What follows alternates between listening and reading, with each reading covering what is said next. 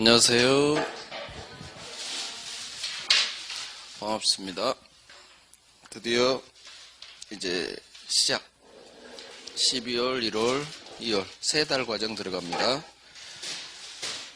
세 달이라 4주, 4, 3, 12, 12주 나와요. 13주 나오는데 추석 전날은 쉴 거예요. 추석이래. 설. 내년 설 2월 그 주 수요일은 한 주 쉬어서 12주 동안 할 거예요. 4, 3, 12. 아마 민법, 총칙, 물권법 위주로 갈 거고 마지막에 계약법까지 갈 거예요. 세 달이니까. 우리가 12, 1, 2 1순환 돌고 그 다음에 3월, 4월 2순환 돌고 5월, 6월 3순환 돌고 7월, 8월 4순환 돌고 9월, 10월 모의고사 보고 1호는 약 4개월, 아니 4순환이죠.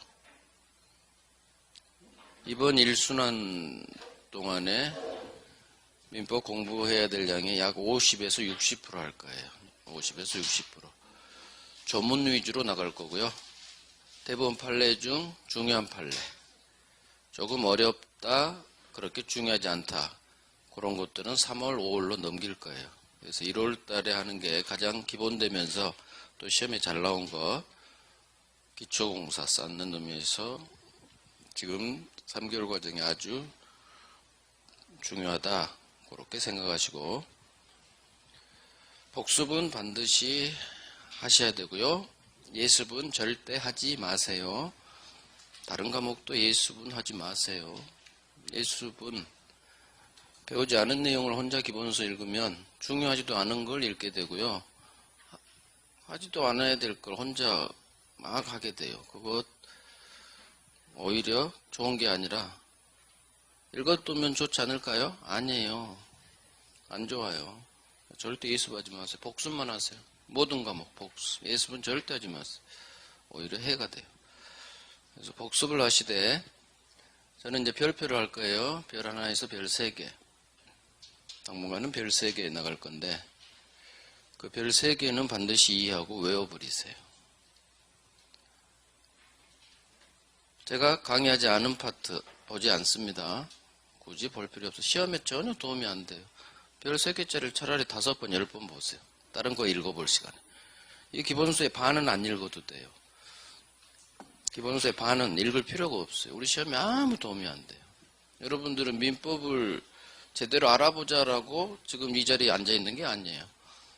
민법 시험에서 점수를 60점을 넘어보자, 그 목적하에 앉아계시기 때문에 절대 제가 수업 중에 하지 않은 파트는 절대 볼 필요가 없어요. 그래서 복습은 강의를 들으면서 책을 보세요. 강의를 들으면서 계속 강의 들어요. 그게 훨씬 나아요. 혼자 책 읽는 것보다 강의 들으면서, 그러면 이해가 되고요. 그 다음에 제가 중요한 것만 하기 때문에 그게 자기 걸로 돼요. 혼자 책을 보면 눈이, 제가 하지 않은 부분에 눈이 가요. 그러니까 강의 들으면서 같이 책 봐요. 강의 들으면서. 그러면 제가 하지 않은 내용은 굳이 눈에 안 가겠죠. 눈이. 다른 과목도 그렇게 하시면 좋아요. 그래요. 시작하겠습니다. 일단 기본서가 약 페이지가 500페이지 정도 되네요. 500페이지 되는데 이 중 약 200페이지 정도만 보면 돼요. 자, 갑니다. 어디를 가시냐? 30페이지 펴보세요. 30페이지가 처음입니다. 민법 총칙 할 거예요. 당분간. 민법 총칙, 법률 행위를 배웁니다. 법률 행위. 아, 맞다. 입문 때 안 들으시고 지금 처음 오신 분. 처음 오신 분. 몇 분 계시구나. 제 이름 말씀드려야겠네요. 11월 안 들으신 분. 저는 윤태석이라고 해요. 앞으로 1년 동안 민법 같이 할 거예요. 입문 과정을 안 들으신 분은 오늘 돌아가셔서 시간 내셔서 입문, 우리 동영상 있으니까요. 반드시 들으세요. 들으시는 게 훨씬 좋아요. 3주 했거든요. 앞으로 우리가 공부해야 될 양이 가장 기초되면서 아주 중요한 그걸 했어요. 그거 한번 꼭 들으세요. 다음 주에 나오기 전까지. 자, 민법총칙은 법률행위를 배우고요. 법률행위, 계약을 말해요. 우리 매매계약 하잖아요. 이 계약을 법률행위라고 총칙에서 추상적인 용어로 나오고요. 계약, 청약의 의사표시, 승낙의 의사표시가 서로 합치될 때 성립하는데 반드시 의사표시가 필수 요소예요. 그래서 법률행위 필수 요소인 의사표시를 두 번째로 배우고요. 그 다음 법률행위를 계약을 내가 해야 되는데 제가 바빠요. 바쁘기 때문에 부산에 있는 아파트를 서울에 있는 내가 팔아야 돼요. 그럴 때 부산에 있는 지인을 통해서 대신 좀 네가 좀 팔아줘. 이게 다른 사람을 대리인으로 해서 법률행위를 해요. 대리제도. 그 다음 법률행위는 계약을 하면 원래 효력이 있어야겠죠. 유효해야 되는데 법률행위가 효력이 없어요. 무효. 또 유효인데 나중에 취소해버릴 수가 있어요. 그래서 법률행위의 무효 취소를 배워요. 마지막으로 법률행위를 하면 바로 효력이 발생하는데 조건을 붙여요. 내가 5억짜리 아파트를 한 채 줄게. 그냥 공짜로 주는 걸 증여계약이라고 해요. 반대급부가 없어요. 무상, 공짜, 무상증여계약 이렇게 읽으세요. 무상증여계약입니다. 상대방이 고마워. 이게 승낙의사표시. 그러면 증여계약이 성립해요. 계약이 성립하면 특별한 사정이 없으면 바로 효력이 발생해요. 그러면 상대방은 소유권 넘겨주세요 라는 채권이 발생하고 나는 소유권을 넘겨줄 채무가 발생해요. 그런데 바로 준다는 게 아니라 조건을 붙여요. 너 내년에 있을 어떤 시험에 합격하면 줄게. 조건을 단 거예요. 시험에 합격하면 준대요. 그냥 주지. 왜 조건을 달까요? 이게 조건이에요. 시험에 합격할지 말지는 불확실한 사실이라고 해요. 장래의 불확실한 사실을 조건으로 따라서 증여계약을 하는 거예요. 이게 조건. 기한, 날짜예요. 초등학생이 아빠 핸드폰 사줘요. 1학년짜리가. 그때 아빠가 얘야 너 아직 너무 어려. 중학생 되면 사줄게. 초등학교 1학년짜리가 중학생은 되겠죠? 따라서 기한은 반드시 발생하는 확실한 사실. 25살 되면 승용차 사줄게. 30살 되면 아파트 사줄게. 25살, 30살 확실히 옵니다. 그날은. 그래서 장래 발생이 확실한 사실에 의존케 한다. 기한, 날짜예요. 조건은 불확실한 사실. 불확실이냐 확실하냐 장래 발생 사실. 거기에 따라 조건이 되고 기한이 돼요. 민법총칙은 이걸 배웁니다. 결국은 법률행위예요. 법률행위 속 필수 요소 의사표시. 법률행위를 내가 하지 않고 남을 시켜요. 대리제도. 법률행위는 유효, 효력이 발생해야 되는데 아무런 효력이 없어요. 또는 취소하면 처음부터 무효가 돼버려요. 무효 취소. 그냥 주지. 째째하게 조건을 달아요. 조건, 기한. 결국 민법총칙은 법률행위를 배우는 동네다. 이렇게 생각하시고 민법총칙에서 10문제가 나오는데 법률행위에서 2문제 나오고요. 의사표시에서 2문제 나와요. 여기까지가 민법총칙의 절반이라고 생각하시면 돼요. 대리가 요즘 많이 나와요. 3문제, 평균 3문제. 올해 3문제, 작년 4문제, 재작년 2문제. 그래서 요즘은 3문제가 평균인 것 같아요. 무효취소 1문제, 1문제, 2문제. 조건기한은 묶어서 하나. 조건이 중요해요. 기한은 별로 안 중요해요. 조건이 중요해요. 이렇게 해서 10문제를 구성해요. 법률행위, 의사표시, 대리, 무효취소, 조건기한. 자, 우리가 10문제를 맞춰야 돼요. 10문제를 맞춰야 되는 게 아니라 10문제 중 7문제를 맞춥니다. 7문제 최소. 6개에서 7개. 무조건 7개는 맞출 수 있어요. 열심히 하면. 그래서 총칙에서 7. 몰권법 14문제 중 7. 계약법 10문제 중 입문을 들으신 분은 들으셨죠? 물권에서 14문제가 나오는데 물권은 좀 어려워요. 반타작만 하자. 계약법 10문제 나와요. 총칙과 같아요. 그중 7개 맞출 수 있어요. 특별법 6문제 나오는데 이것도 어려워요. 특별법은 반타작 작전이 물권하고 특별법. 그러면 7, 7, 7, 3 전법이에요. 7, 3, 21 플러스 3, 24개. 이게 우리 합격 점수인 60점이에요. 이렇게 맞출 거예요. 자, 총칙 10문제 중 7문제를 맞춰야 되겠죠. 난이도 상위 약 2문제 나와요. 그건 틀려도 돼요. 처음부터 일부러 틀릴 필요는 없죠. 근데 틀려도 돼요. 그 다음 틀릴 거예요. 왜? 틀리라고 내는 문제거든요. 공부 아주 잘하는 사람 외에는 2문제는 틀리게 돼요. 그래서 2문제는 틀리고 7개를 맞추거나 아니면 한 문제 더 8문제를 맞춰버리면 돼요. 여기서 플러스 1씩 하면 돼요. 물권법이 내가 반만 맞을 거야? 여기서 플러스 2개 맞춰버려야죠. 그럼 65점. 하나 더 맞춰야지. 67.5점. 계약법에서 하나 더 맞춰버려. 70점 나와요. 이런 식으로 여기서 플러스 1, 2씩 하면 합격 점수인 60점에서 65점, 70점 정도 할 수 있어요. 자, 법률행위 전 단계에서 살짝 볼게 권리 변동이라는 파트가 있어요. 권리 변동은 시험에 그렇게 자주 나오지는 않아요. 근데 기초되는 사항이기 때문에 살짝 보고 갈 거예요. 권리 변동 교재를 한번 확인할게요.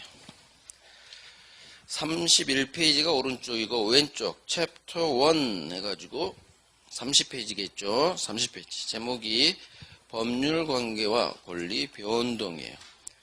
첫 번째가 법률관계의 시간 되시면 읽어봐도 되는데 시험하고는 아무 상관없어요. 안 읽어봐도 돼요. 읽지 마세요. 자, 권리 변동으로 바로 가요. 2번 권리 변동. 권리가 변동된다는 것. 권리 변동에서는 목차를 볼게요. 권리의 취득. 오른쪽 2번 파란색. 변경. 다음 페이지 넘겨보세요. 권리의 소멸. 권리 변동이라는 제목하에 취득, 변경, 소멸. 소멸 옆에 상실 써졌네요. 자, 여기를 볼 거예요.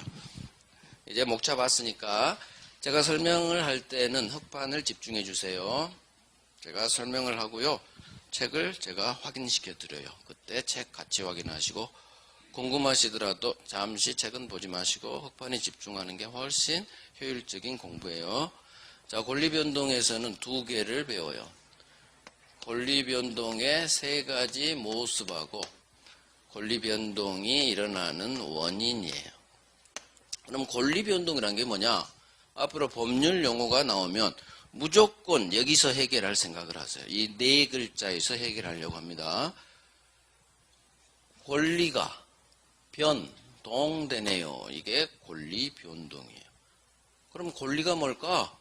내 아파트 소유권 생각하세요.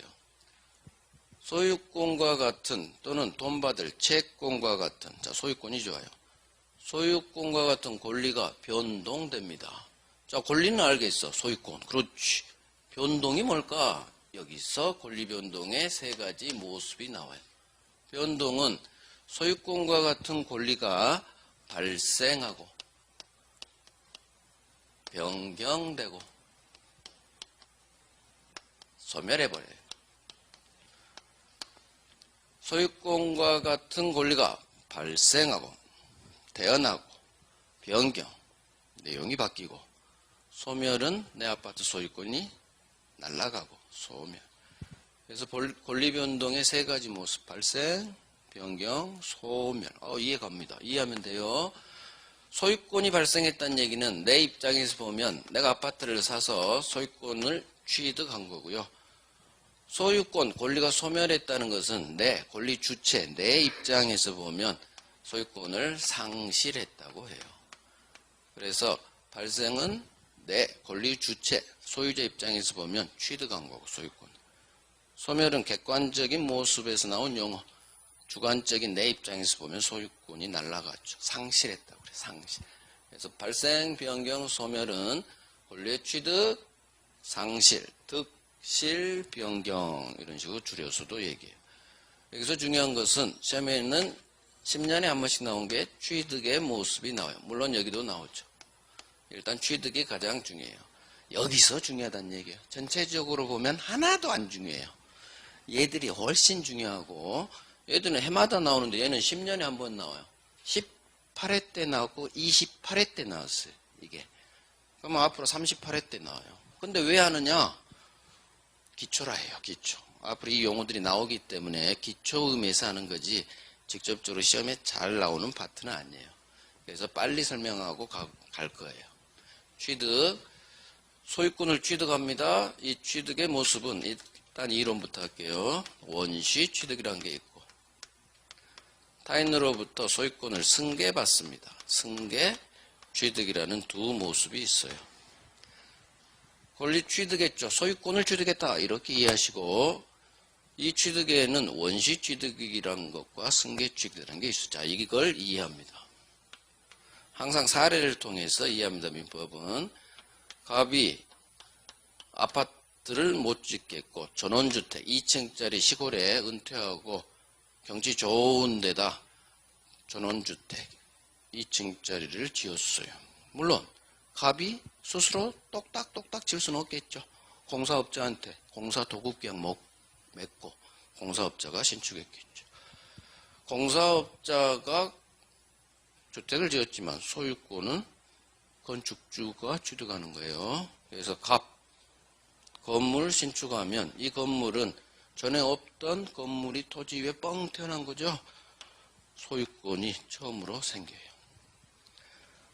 건물을 신축함으로써 갑은 건물이 완성되면 소유권이라는 권리를 취득합니다. 그러면 소유권이라는 권리가 처음 태어났습니다. 이게 원시 취득이에요.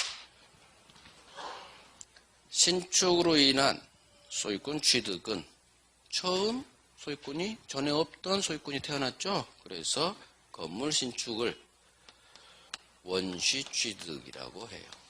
시험은 이 예가 나와요. 다음 중 연결이 틀린 것은 그렇게 해서 건물 신축 원시 취득 그러면 맞는 지문이고 건물 신축 나왔는데 승계 취득 그러면 X 지문이 되는 거예요. 원시 취득. 처음 시자죠. 처음으로 소유권이라는 권리를 취득했네요. 처음 시. 한자에서 나와요. 한자. 아하, 소유권이라는 권리가 건물을 신축함으로써 처음 태어났군. 아가가 세상에 처음 태어난 거고 똑같아요. 건물이 세상에 처음으로 짠 하고 태어난 거예요. 원시 취득. 이 소유권 취득은 원시 취득. 갑이 전원주택을 짓고 살다가 사정이 생겨서 팝니다. 을에게 파는 계약을 매매 계약이라고 해요. 여기서 계약이란 말이 나오죠. 매매 계약. 돈 받고 팔겠죠. 5억 받고 팝니다. 매매 계약을 통해서 을은 이 건물이라고 할게요. 이 건물에 소유권을 취득하고 싶어서 이 사람은 계약을 했겠죠. 매매 계약은 채권 계약이에요. 따라서 계약을 통해서 발생하는 것은 을은 당장 이 건물 소유권을 취득한 게 아니라 소유권 주세요 라는 소유권 이전 채권을 취득하고요. 채권이 태어나면 반대쪽 사람한테는 반드시 채무가 발생해요. 갑은 이 아파트라고 할게요. 말이 편하니까 소유권 넘겨줄 소유권 이전 채무가 발생해요. 매매 계약을 통해서 채권이 발생했어요. 그 다음 채무가 발생했어요. 채무는 이행하고 권리는 행사한다고 그래요. 갑이 이 채무를 이행합니다. 을에게 자기 소유권을 이전한다는 소유권 이전 등기를 해줘요. 소유권 이전 등기.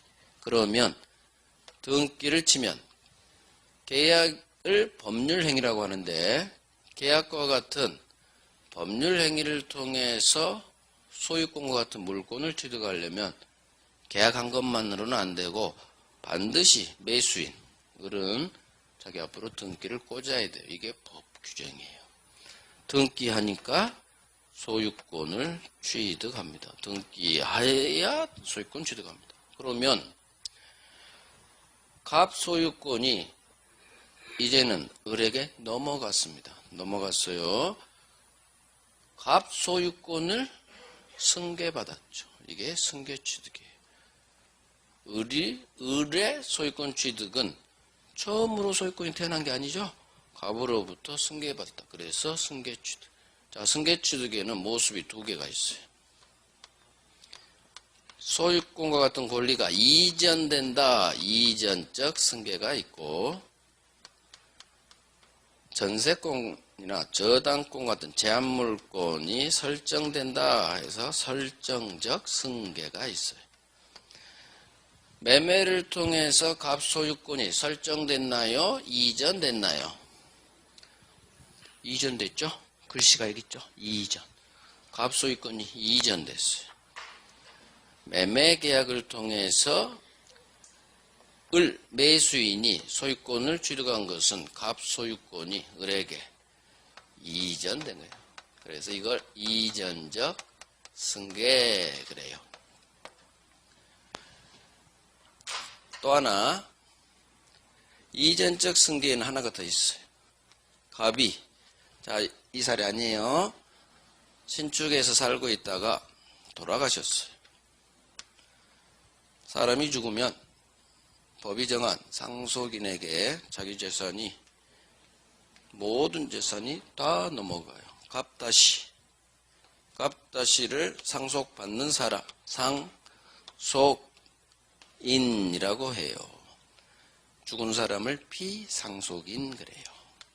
돌아가신 분을 상속을 당한다 해서 피자예요. 피상속인. 상속받는 아들을 상속인 그래요. 그러면 사람이 죽으면 상속이 개시되는데 상속을 통해서 아버지 이 건물 하나만 넘어오는 게 아니라 아버지가 가지고 있는 모든 재산권에 관한 권리 또 채무까지도 자식에게 상속인에게 넘어가요. 갑다시 아들이 아버지가 가지고 있는 소유권을 비롯한 권리 소유권을 취득하겠죠.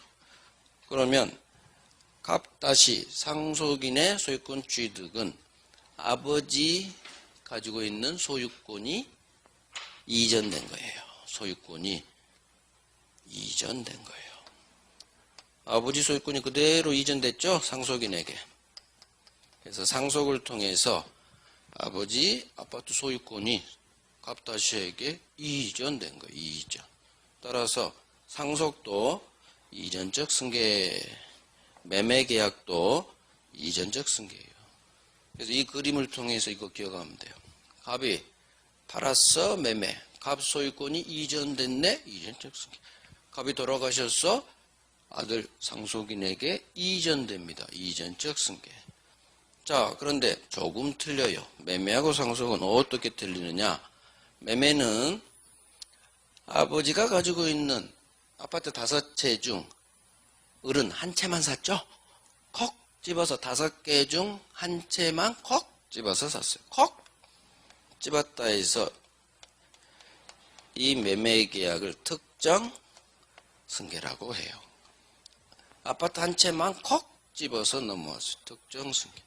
하지만 상속은 아버지가 가지고 있는 건물 한 채 소유권만 넘은 게 아니라 아버지가 가지고 있는 모든 재산이 포괄적으로 다 넘어와요. 포괄.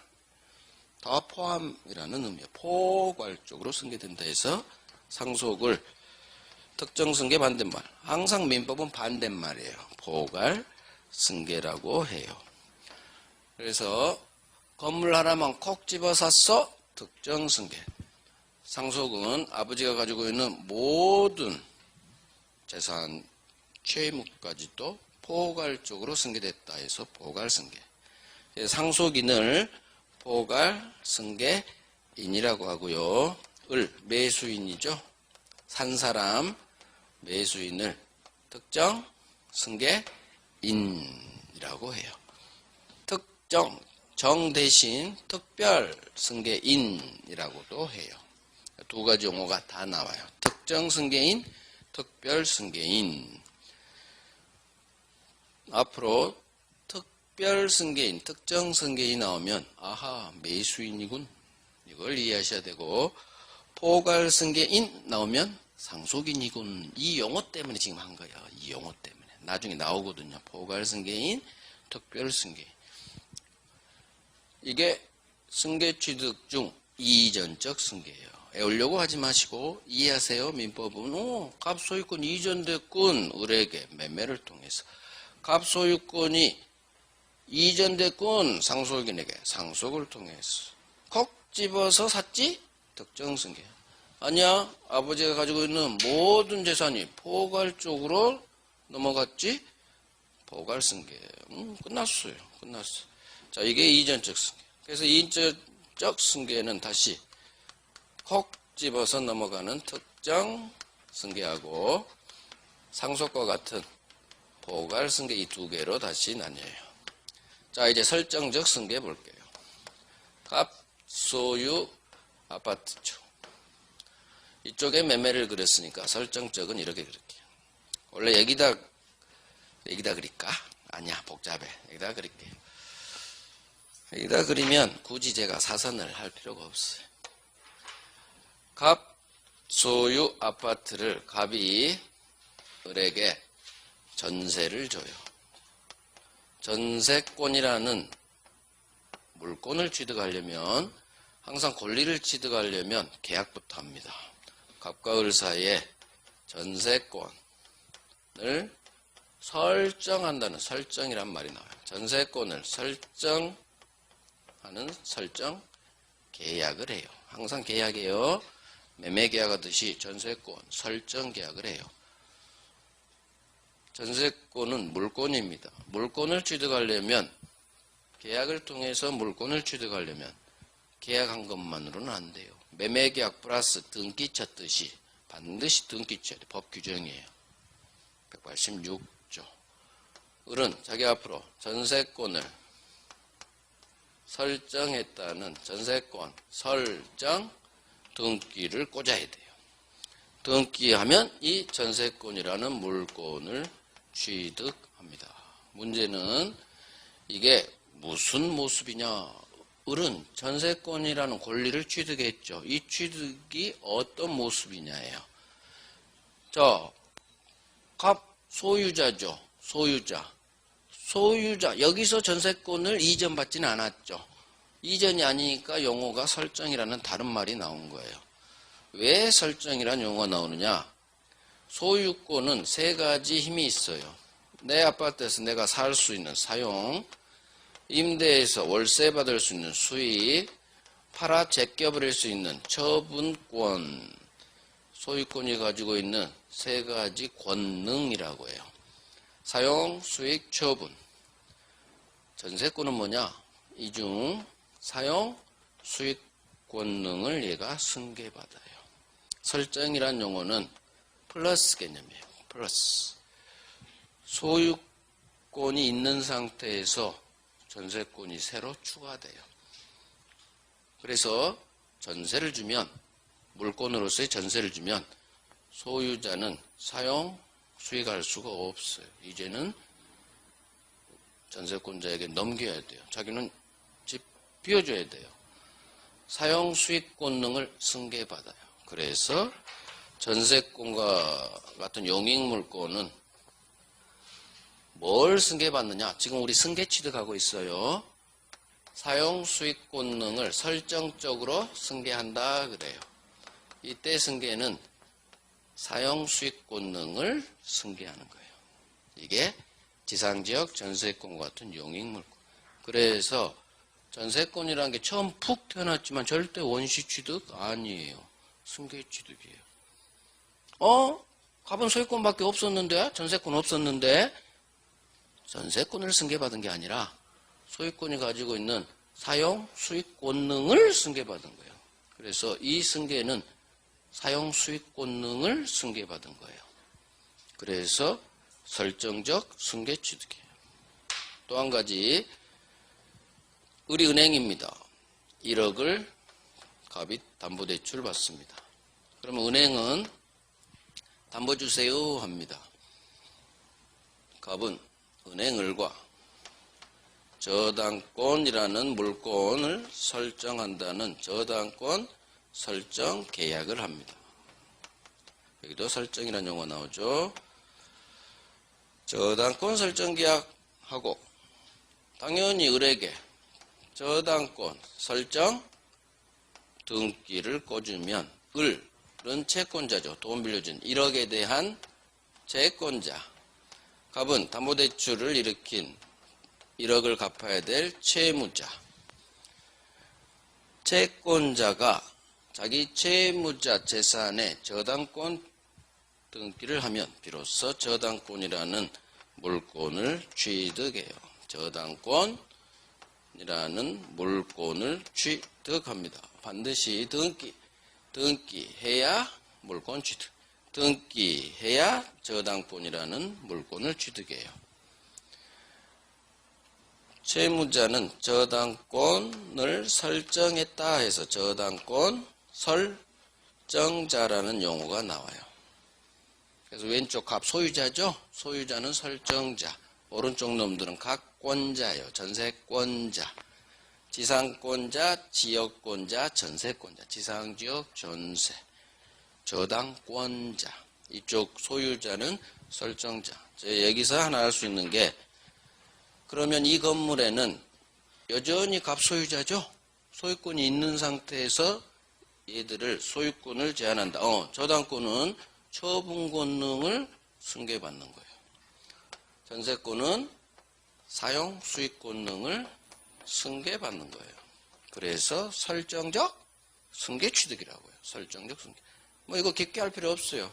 앞으로 계속 설정계약 플러스 등기, 설정계약 플러스 등기, 설정등기. 용어 자체에서 제한물권이라고 하는데 용익물권, 담보물권.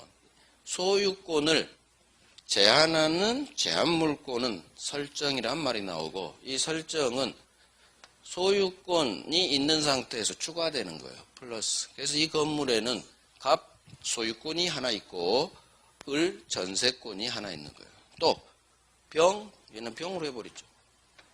전세 주고 담보대출 일으킬 수 있으니까. 병, 저당권. 한 건물에 권리, 물권이 3개 있어요. 갑 소유권, 을이 세 살아요. 전세권, 은행의 저당권. 그래서 하나의 건물에 여러 개 권리가 있을 수 있어요. 서로 양립 가능해요. 자, 더 할 필요는 없고. 그래서 이게 설정이라는 단어예요. 설정은 소유권을 제한하는 제한물권이 추가되는 개념이에요. 그러면 왜 설정적 승계냐? 소유권이 가지고 있는 사용, 수익, 처분 권능을 승계받는 거예요. 그래서 승계 취득이에요. 이전하고 설정 완전히 달라요. 이전은 갑 소유권이 넘어가 버리는 거예요. 갑은 소유권을 상실해요. 하지만 설정적 승계는 소유권이 사라지지 않아요. 소유권이 있는 상태에서 플러스 돼요. 플러스. 이게 이전이라는 말하고 설정이라는 단어의 차이점이에요. 그래서 앞으로 설정적 승계하면 제한물권 설정 이렇게 간단히 해도 돼요. 시험에 안 나와요. 10년에 한 번 나와요. 10년에 한 번.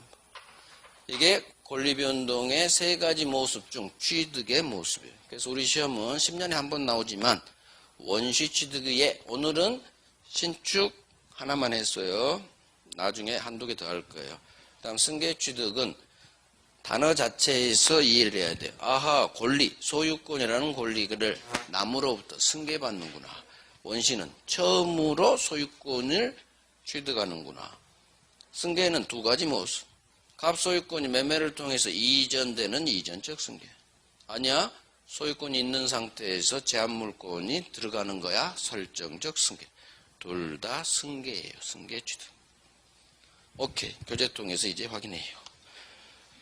권리 변동 2번에서 권리 취득 봅니다. 일단 발생, 변경, 소멸 이걸 밑줄을 그어야 되니까 첫 번째 줄 맨 오른쪽 권리 변동이랑 권리 두 번째 줄 있죠. 발생, 변경, 소멸 여기 밑줄 그으시고 그 다음 권리 주체 관점에서 보면 자 취득, 변경, 상실 여기도 밑줄. 그래서 발생, 변경, 소멸이나 취득, 상실, 변경이나 같은 말이에요. 득실, 변경 여기도 밑줄만 그으세요. 그래서 세 가지 모습 중 취득이 가장 중요해요. 취득 종류가 두 개예요. 권리, 소유권을 처음 취득했네요. 타인으로부터 승계받은 게 아니네요. 승계받은 게 아니다. 그러면 원시 취득. 자, 딴 거 읽을 필요도 없어요. 원시 취득 예에서 건물 신축. 자, 건물 신축 밑줄. 건물 신축 이게 원시 취득. 이걸 내 걸로 만들어. 시험은 이게 나오니까. 다른 건 안 나와요. 건물 신축 이해가 나와요. 거기 별 하나만 하세요. 그래서 건물 신축 이해하고 외워요. 아하, 건물을 새로 올리니까 소유권이 처음 태어났군. 원시 취득이겠군. 그렇게 이해하고 외우시면 돼요. 자, 오른쪽 승계 취득 나머지는 볼 필요 없어요. 자, 승계 취득 이전적 승계, 설정적 승계 제목만 봐요. 목차만. 자, 이전 말 그대로 소유권을 이전 받습니다. 이전적 승계. 특정 승계, 포괄 승계. 자, 특정세 이해가 나와요. 매매 밑줄. 포괄 승계 상속 밑줄. 찾았어요? 중간 매매. 포괄 승계는 맨 오른쪽 상. 두 번째 줄 속. 상속 밑줄. 그래서 특정 승계는 콕 집어서 넘어갔다. 매매 계약이죠. 매매 계약. 포괄 승계 상속.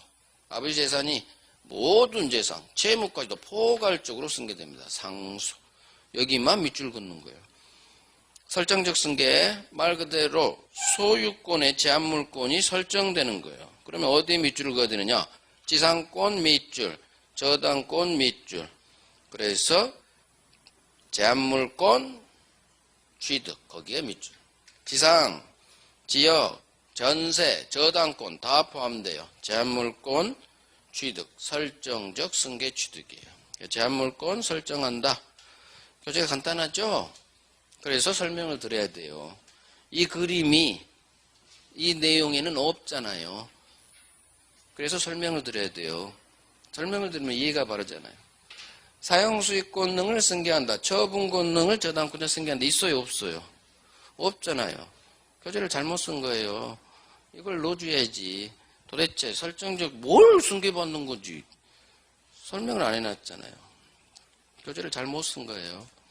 사용수익 권능을 승계. 저당권은 처분 권능을 승계한다. 이걸 써줘야지. 나중에 복습할 때 써요. 복습할 때. 그래서 지금은 필기하지 마시고 어차피 복습하셔야 되니까 복습할 때 이 그림을 연습장에 딱 그리면서 해요. 쓰면서 하는 공부가 최고예요. 그래서 교재의 부실한 점은 나중에 필기로 보충을 하셔야 돼요. 자, 그러면 나머지는 보지 마시라 이거예요. 지금 밑줄 친 데 있죠? 그것만 봐요. 그것만. 한번 예를 들게요. 포괄승계 거기에 상속 다음에 포괄유증 회사 합병 있죠? 이런 거 보지 마요. 가입표 X 이거 우리 시험법이 아니요. 상법에서 나오고 합병은 포괄유증 상속법이에요. 이런 거 우리 시험에 안 나와요. 시험에 나오지도 않는 걸 왜 읽어야 되느냐 이거예요. 이런 내용이 엄청 많아요. 시험에 나오지도 않는 우리 시험법이 아닌 내용이 이 기본서에는 너무 많아. 모든 기본서, 모든 출판사 다 마찬가지예요. 예전에 호랑이 담배 피던 시절에 한 번씩 뜬 지문이요. 정답지문 아니에요. 전혀 몰라도 돼요. 요즘은 우리 시험법이 아닌 건 안 내요. 그러니까 그래서 기본서를 보지 말란 얘기예요. 혼자 읽으면은 상속, 포괄유증, 회사합병이 있습니다. 포괄유증이 뭐지? 회사합병이 뭐지? 하면서 막 고민하는 거야. 이거 외워야 되나? 상속, 포괄유증, 회사합병 이 세 개를 외우는 거예요. 죽는 거지 그러면. 시험에 나오지도 않는 걸. 그래서 제가 하지 않는 내용은 읽지도 마세요. 시험 안 나와요. 절대 안 나와요. 제가 나오는 것은 이번 1순환, 다음 2순환, 3순환 차차 해요. 그러니까 절대 혼자 책 읽지 않습니다. 고생만 하고 점수는 안 나오는 첫걸음이 제가 하지 않는 내용을 기본서 읽는 거예요. 고생만 해요. 근데 고생으로 끝나는 게 아니에요. 이거 읽느라고 정작, 별, 신축을 외워야 되는데 이거 시간을 얘들이 뺏는 거예요. 그래서 절대 하지 말라는 거예요. 단순히 고생으로 끝나지 않고 독이 돼요. 독. 건물 신축은 원시죠. 시험에 이게 나와요. 기출 2번. 시험 이게 나오는데 오만 포괄유중 읽어보고 회사합병이 뭔 소리인지 막 고민하고 외워야 되냐 말해야 되나 고민하고 거기다 외우기까지 하면 저 끝장나는 거지. 그래서 절대 제가 읽지 않은 것은 보지 않습니다. 나머지도 볼 필요 없어요. 시험하고 아무 상관없어. 1년 안에 도망가시려면 집중타 해야 돼. 집중타. 오케이. 변경 소멸은 3월에 할 거야. 자, 권리변동의 원인가요? 이제 두 번째. 권리변동이 일어나는 원인. 여기서 다 나왔어요. 을이 소유권이라는 권리를 취득했죠. 자, 설명 들어봐요. 설명. 을이 자기 앞으로 등기하니까, 매매계약하고 등기하니까 소유권이라는 권리를 취득했죠. 소유권을 취득하게 된 원인이 있을 거예요. 을이 소유권을 취득한 원인이 있을 거예요. 을은 뭘 해서 소유권, 이 아파트 소유권을 취득했나요? 그렇죠. 계약했죠. 매매계약하니까 소유권 취득했어. 물론 등기도 했죠. 얘는 채권행위, 얘는 물권행위. 결국 매매계약을 하고 자기 앞으로 등기 꽂으니까 소유권이라는 권리를 취득한 결과가 나왔어요. 권리변동이에요. 결과. 이게 권리변동의 결과예요. 변동의 세 가지 모습 중 권리 취득이죠. 이게 원인이에요.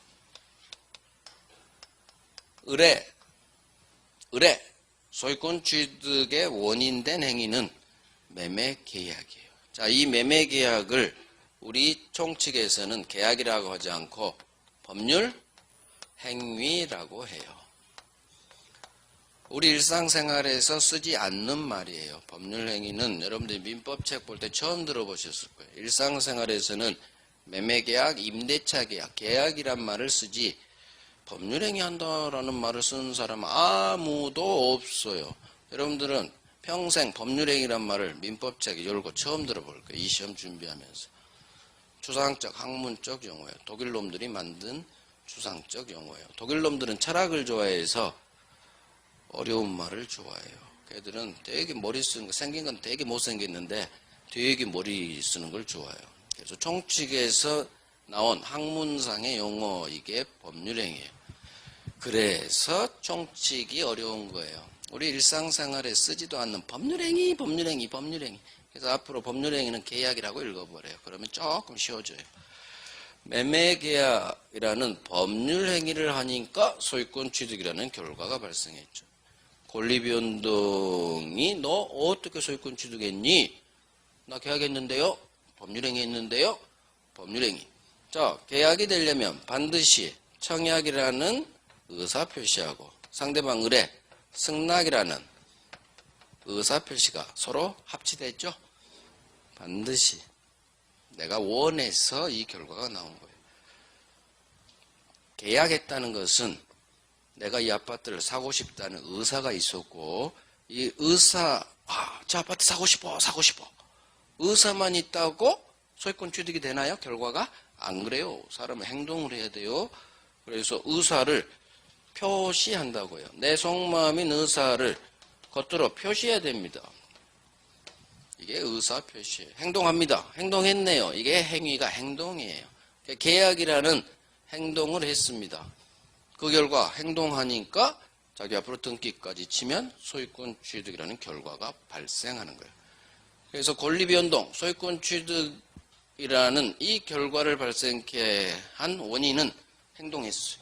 행동했네. 법률행위. 법적으로 의미 있는 행동. 반드시 의사표시가 있어야 돼요. 그래서 의사표시가 필수 요소인 계약, 법률행위 하니까 권리변동이라는 결과가 발생했어요. 또 하나 있어요. 자, 갑다시. 상속인도 아버지가 가지고 있는 아파트 5채 소유권 취득했어요. 문제는 이 상속인은 평소에 아버지 돌아가시기 전에 아버지 재산을 상속받을 생각이 전혀 없었어요. 아버지 사회에 기부하고 가세요. 저는 받을 생각이 없습니다. 그런데 갑자기 아버지가 돌아가셨어요. 자기는 아버지 재산을 한 푼도 상속받을 생각이 없어요. 의사가 없어요. 근데 상속이 개시됩니다. 얘는 의사가 없어. 매매는 의사가 있죠. 내가 사야지. 근데 얘는 상속받을 생각이 없어요. 근데 상속이 개시돼요. 이유, 상속 민법 규정에 따라서 민법이라는 법률 규정에 따라서 상속이 개시되고 얘 의사하고는 아무 상관없이 당신 1순위네요. 직계비의소. 그러면 아버지 재산 당신이 상속받습니다. 법이 먹여버려요. 갑다시 상속인의 소유권 취득은 그 원인이 상속인데 이 상속은 민법 규정에 따라 벌어진 거예요. 따라서 소유권 취득이라는 이 권리변동의 원인은 두 개가 있어요. 하나, 내 의사대로 내가 원한 대로 나 계약했습니다. 법률행위. 아니야. 당사자 의사하고 상관없어요. 법이 정한 대로 법률 규정에 따라 당신은 소유권 취득했네요. 그래서 권리변동이 일어나는 원인은, 자, 권리변동은 이제 정리하는 거예요. 권리가 변동됐다. 권리는 소유권으로 생각하고, 변동 세 가지 모습 중 취득. 자, 의리 소유권을 취득한 것은 계약했죠. 계약을 총칙에서는 법률행위라고 해요. 계약, 매매 계약이라는 계약이에요. 계약이라는 법률 행위를 하니까 소유권 취득이라는 결과가 발생했죠. 자, 갑다시는 어떻게 아버지 재산의 소유권 취득했느냐? 얘는 아무런 의사가 없었어요. 하지만 민법 규정, 민법이라는 법 규정에 따라 상속이 개시돼 버렸네요. 그래서 갑다시는 소유권 취득이라는 결과가 발생한 거예요. 그러면 권리변동이 일어난 원인들이죠. 권리변동이라는 원인은 두 가지가 있다. 하나는 법률행위는 반드시 의사표시가 있잖아요. 당사자의 의사대로, 당사자가 원한 대로의 결과, 의사대로. 아니야, 당사자의 의사와는 무관하고 법이 정한 효과를 받은 거죠. 그래서 권리변동, 소유권 취득이라는 그 원인은 두 가지가 있어요. 하나는 법률행위, 하나는 법률행위 아닌 거, 법률규정이에요.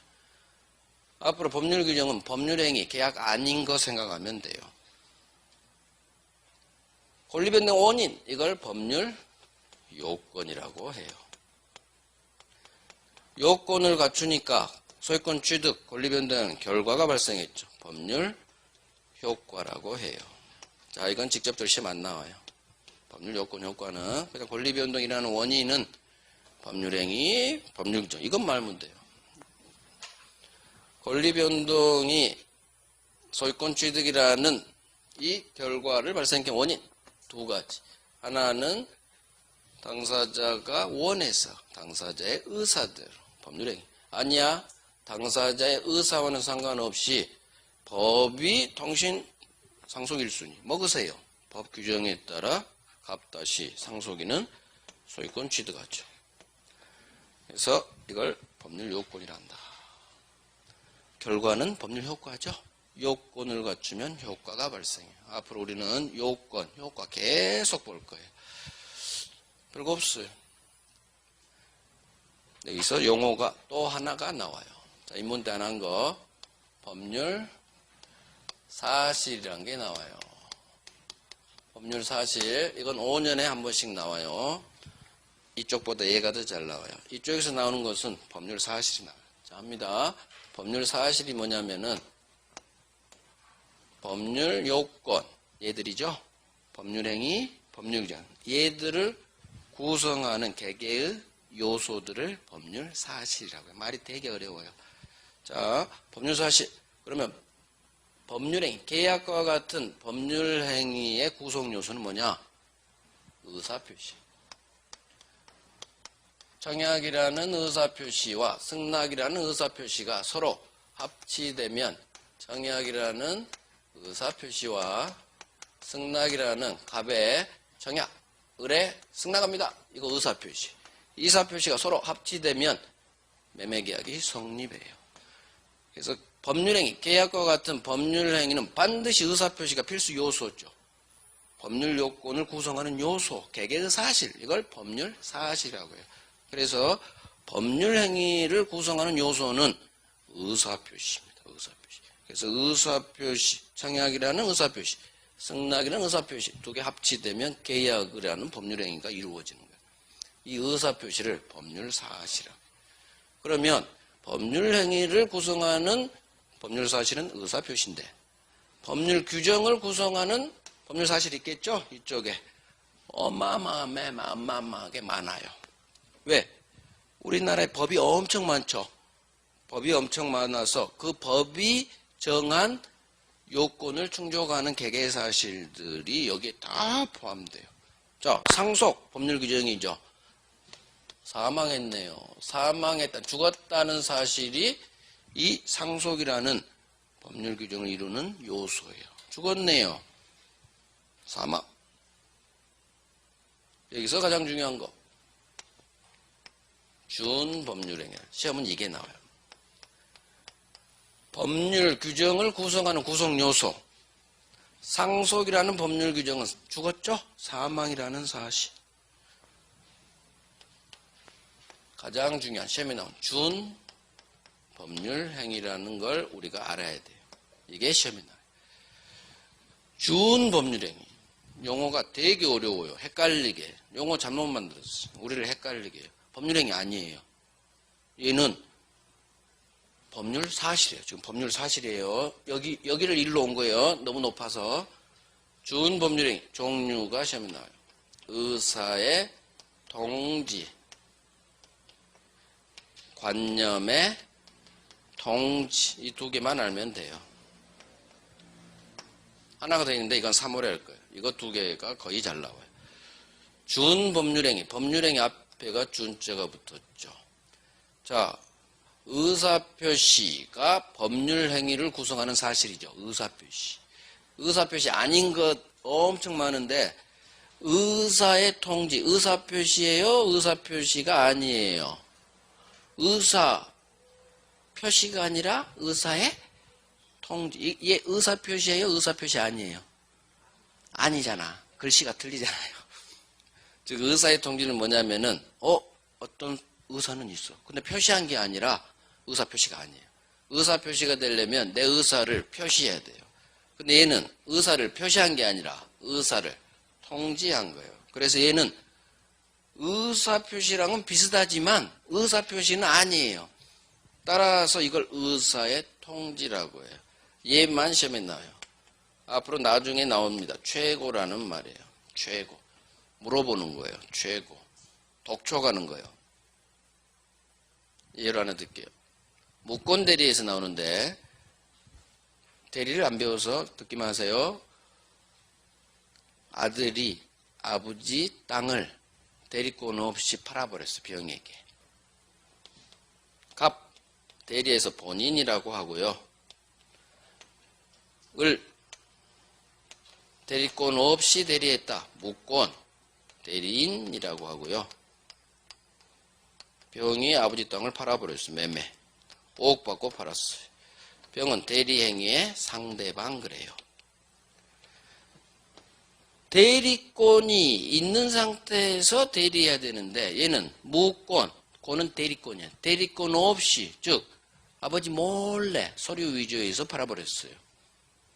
그러면 내 허락 없이 내 땅을 팔아버린 경우 갑, 본인, 나죠? 내 땅 뺏길까요? 안 뺏길까요? 누군가 내 허락 없이 내 대리인 것처럼 팔아버렸어요. 내가 지금 갑이에요. 아들일 수도 있고 딴 놈일 수도 있어요. 누군가 내 허락 없이 내 땅을 마음대로 나한테 대리권 받은 것처럼 서류 위조해서 병한테 팔았어요. 그러면 내 땅 날라가요? 안 날라가요? 이놈한테 등기까지 가 있어. 날라갈까요? 안 날라갈까요? 생각해야 돼. 민법은 한 번씩 생각해야 돼.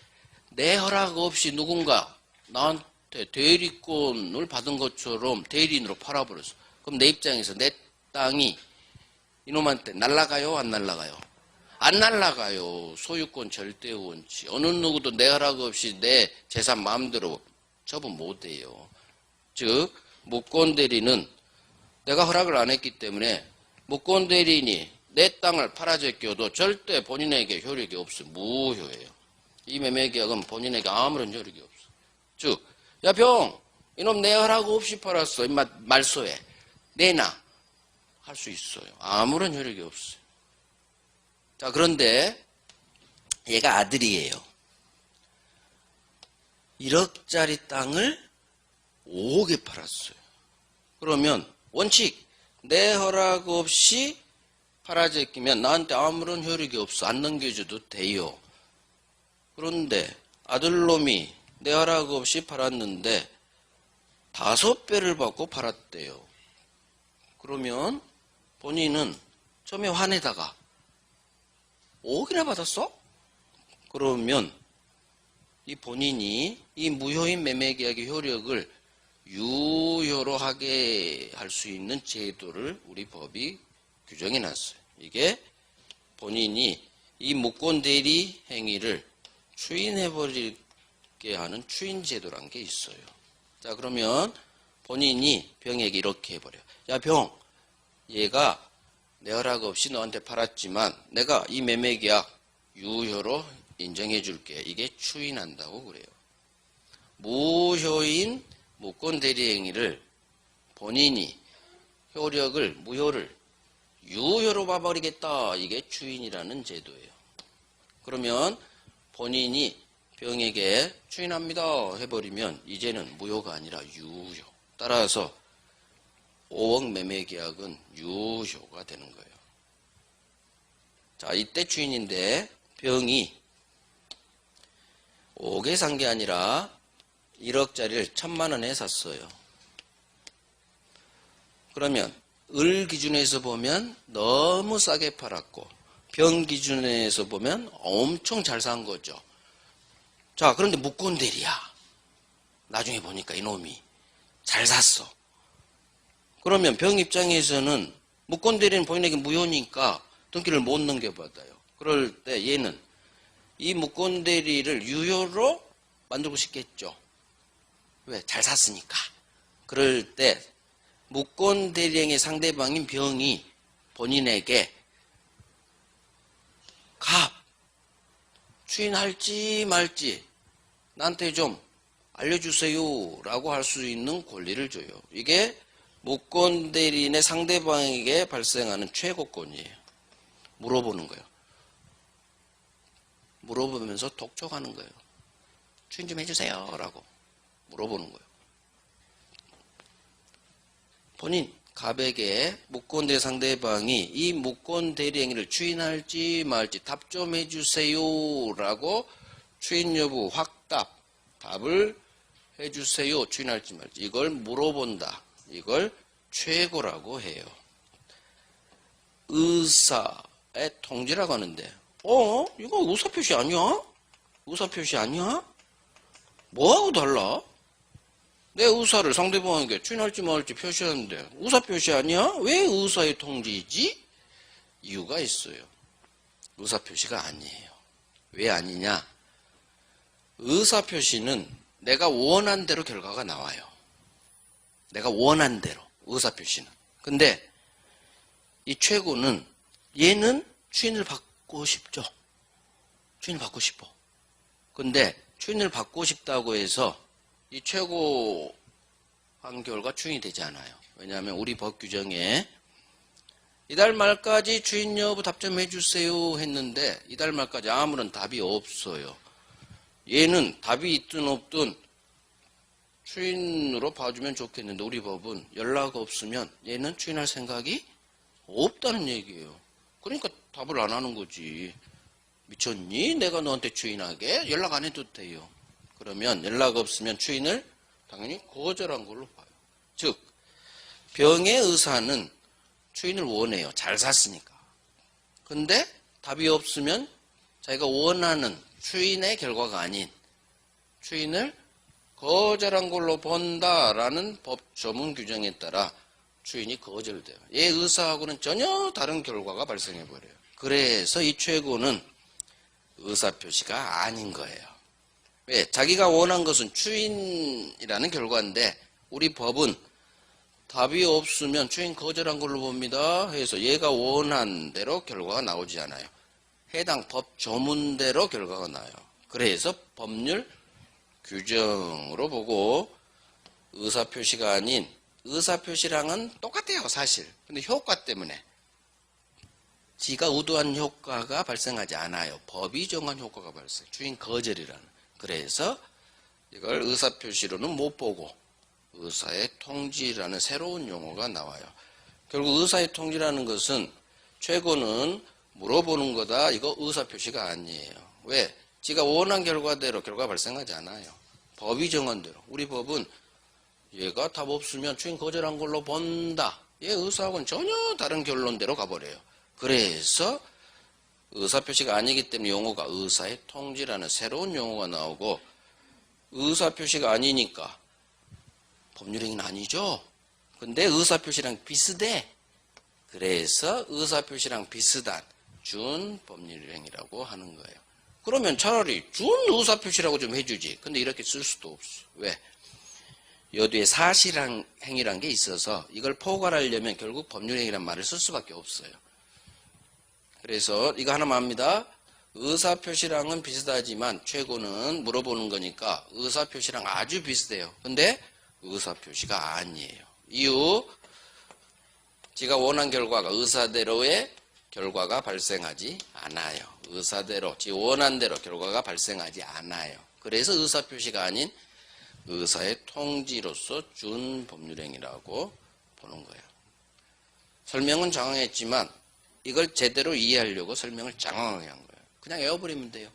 최고 의사표시 아니에요. 의사의 통지로서 준법률행위. 이걸 그대로 외우면 돼요. 이해하고. 의사표시랑 비슷해. 하지만 의사표시 아니야. 의사의 통지. 이렇게 외우는 거예요. 의사의 통지. 글자 자체에서 의사표시 아니죠. 따라서 법률행위 아니고 이런 걸 그래도 법률행위랑 비슷하다. 준법률행위라고 하는 거예요. 자, 관념의 통지는 관념이란 말은 말이 어렵죠. 일정한 사실을 통지하는 거예요. 사실의 통지 이렇게 읽는 게 훨씬 편해요. 각종의 통지예요. 각종의 알리는 거. 통고죠. 통고. 알리는 거. 이것도 뭔가 내가 알릴 생각이 있어서 알리는 거죠. 연착됐다는 통지예요. 나중에 계약법에서 상대방 의사표시가 기일 내에 들어와야 되는데 넘어갔어. 이걸 기차가 연착되듯이 연착됐다고 하는데 이 연착됐다는 사실을 상대방에게 통지하는 걸 연착의 통지라고 해요. 이건 연착됐다는 사실을 알려주는 거예요. 따라서 의사표시가 아니에요. 그냥 연착됐네요. 일정한 사실을 통지하는 거예요. 그래서 관념의 통지는 앞으로 사실의 통지 이렇게 읽는 게 이해하는 데 더 도움이 돼요. 결국 법률 규정을 이거 시간이 넘어가 버렸네. 빨리 끝낼게요. 법률 규정을 구성하는 사실은 어마어마하게 많은데 의사표시 아닌 게 다 법률 규정을 구성하는 사실인데 가장 중요한 게 준법률행위고 준법률행위는 의사의 통지, 관념의 통지가 있는데 시험은 얘만 나와요. 의사의 통지로서 죄고가 있고 관념의 통지는 관념이란 말이 되게 어렵잖아요. 일정한 사실을 통지. 얘 하나만 기억하면 돼요. 연착됐네요. 연착됐다는 사실을 통지. 그래서 연착 통지는 연착됐네요. 늦게 도착했네요. 그 사실을 통지야. 관념의 통지다. 오케이. 정리합니다. 법률 요건 봅니다. 1번 32페이지의 법률 요건. 일정한 법률 효과를 권리 변동을 발생케 하는 원인, 이게 법률 요건이 밑줄만 치세요. 권리 변동의 원인, 법률 요건. 자, 2번이 중요해요. 법률 요건은 당사자의 의사대로 법률 효과가 발생하는 법률 행위 밑줄, 또 당사자의 의사와는 무관하죠. 법률 규정에 따라 효과가 발생하는 법률 규정 두 가지가 있다. 그러면 이 세 줄에서 뭘 밑줄을 긋고 싶어요? 양가로 2번에 세 줄 한 문장이잖아요. 항상 한 문장을 읽으면 거기서 키워드를 찾아내야 돼요. 내가 외울 거. 뭘 밑줄을 긋고 싶어요? 일단 먼저 그을 것부터 정해야 돼요. 순서가 있어요. 밑줄도. 뭘 먼저 긋고 싶어? 가장 중요한 단어. 법률 행위 밑줄, 법률 규정 밑줄. 이 두 개가 중심 단어죠. 법률 요건에는 두 가지 있잖아요. 법률 행위, 법률 규정. 그 다음 법률 행위란 게 뭐냐? 앞에 당사자의 의사대로 밑줄, 의사대로 밑줄. 그걸 또 밑줄 긋는 거고. 법률 규정은 의사와 무관, 의사와 무관, 법률 규정까지. 의사와 무관해요. 법 규정에 따라 효과가 발생. 그래서 이걸 밑줄을 앞으로 쭉 긋지 말아야겠죠. 중심 단어에만 밑줄 긋고 단어를 외워야 돼요. 절대 문장은 못 외워요. 단어를 외웁니다. 여기서 외울 게 권리변동, 소유권 취득의 원인을 법률 요건이란다. 첫 번째 줄 권리변동의 원인, 법률 요건 밑줄 치고 중요한 것은 2번. 이 법률 요건에는 두 가지가 있다. 법률 행위, 법률 규정. 법률 행위는 반드시 의사표시가 필수잖아요. 당사자의 의사대로 효과 발생. 하지만 법률 규정은 의사와 무관하죠. 법 규정, 법이 정한 대로. 그래서 양거로 2번이 별 하나가 빵 들어가요. 직접적으로 시험이 나오지 않은데 앞으로 계속 법률 행위, 법률 규정 볼 거니까. 자, 오른쪽 법률 사실 갑니다.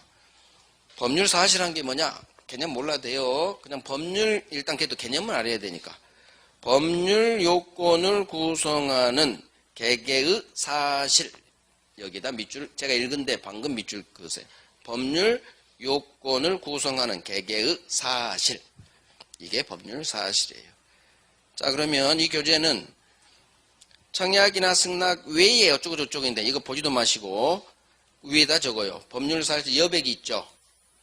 이렇게 적어요. 여백에 법률 사실 오른쪽 여백이 있죠. 거기다 법률 행위 적고 오른쪽에 법률 규정을 적고 이게 법률 요건이잖아요. 의사표시를 여기다가 적으시고 그 다음에 법률 규정의 대표적인 준법률 행위를 적어버려요. 준법률. 의사표시 아닌 것 엄청 많은데 따다다다다다다다다다다 많은데 가장 중요한 준법률이라는 게 여기서 나와요. 법률 규정하는 법률 규정을 구성하는 요소 사실. 이 그림을 딱 그려놔요. 그래서 얘가 법률 사실이다. 의사표시 아닌 것. 의사표시 아닌 것 중에 대표적인 게 준법률 행위. 이걸 여백의 필기라고 이것만 보세요. 그래서 의사표시가 법률 사실이다. 법률 규정을 구성하는 사실은 의사표시 아닌 것. 너무 많아요. 법이 많기 때문에. 하지만 우리 시험에 나온 것은 준법률행위가 나와요. 자, 이제 갑니다. 나머지 볼 필요도 없어요. 준법률행위 갑니다. 의 몰라도 돼요. 자, 종류. 시험은 여기서 나와요. 의사의 통지, 관념의 통지 있죠. 자, 의사의 통지의 두 번째 줄 최고. 최고 밑줄 하시고 여기 별 3개예요. 그래서 최고는 의사표시가 아닌 이렇게 읽어요. 최고는 의사표시가 아닌 의사의 통지 이렇게 외워버려요. 의사의 통지. 의사표시 아니에요. 그러니까 준법률행위지. 별 3개 최고. 그 다음에 관념 일정한 사실을 통지하는 거예요. 어디 있냐? 나머지 볼 필요도 없고요. 두 번째 줄 고딕이 있죠. 각종의 통지. 거기 그대로 밑줄. 각종의 통지. 그래서 밑줄 여백의 화살표에서 연착 통지. 그걸 예로 적으세요. 연착 통지. 오른쪽 기출에 있네요. 연착 통지는 관점이 오른쪽 기출 이런 거 보지 마세요. 그냥 여백을 적어요. 각종의 통지 밑에 여백 화살표 찍 긋고 연착 통지. 이게 대표적인 연착됐다는 사실을 통지하는 관념의 통지라고 해요. 자, 관념의 통지는 그렇게 중요하지 않아요. 최고 별 3개잖아요. 그래서 최고는 준법률행위로서 의사의 통지다. 의사의 통지. 준법률행위 의사표시 아니다. 이렇게 같이 해야 돼요. 의사표시 아니다. 의사의 통지 이렇게 외워요. 오케이, 별 3개. 나머지는 볼 필요 없어요. 그래서 오케이, 끝. 이렇게 해서 1시간이 살짝 넘어버렸네요. 10분간 쉬고 다음으로 갈게요.